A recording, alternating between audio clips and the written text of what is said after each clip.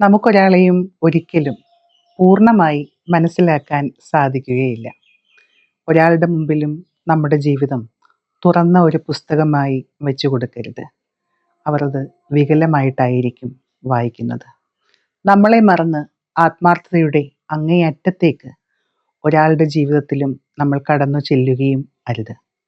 കാരണം ഒടുവിൽ നമുക്ക് കിട്ടുന്നത് അവഗണനയായിരിക്കും.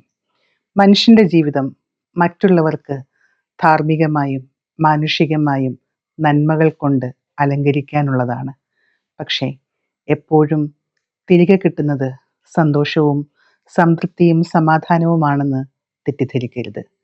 അവഗണനകളുടെ മുള്ളുകളായിരിക്കും നമ്മളെ കാത്തിരിക്കുന്നത്.